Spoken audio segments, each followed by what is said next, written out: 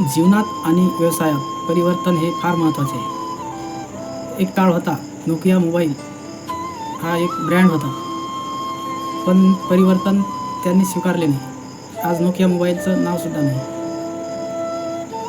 म्हणून परिवर्तन हे जीवन असो वा व्यवसाय स्वीकारलंच पाहिजे.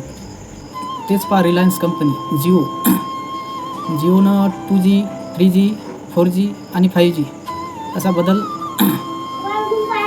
बदल केला. त्यामुळे आज जिओ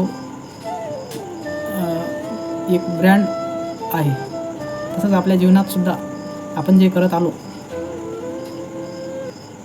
त्यातनी जर काही हे वाटत असेल तर आपण त्यातनी परिवर्तन स्वीकारलंच पाहिजे. आपण जे व्यवसाय करतो त्या व्यवसायातसुद्धा बदल हा केलाच पाहिजे. धन्यवाद मित्रांनो.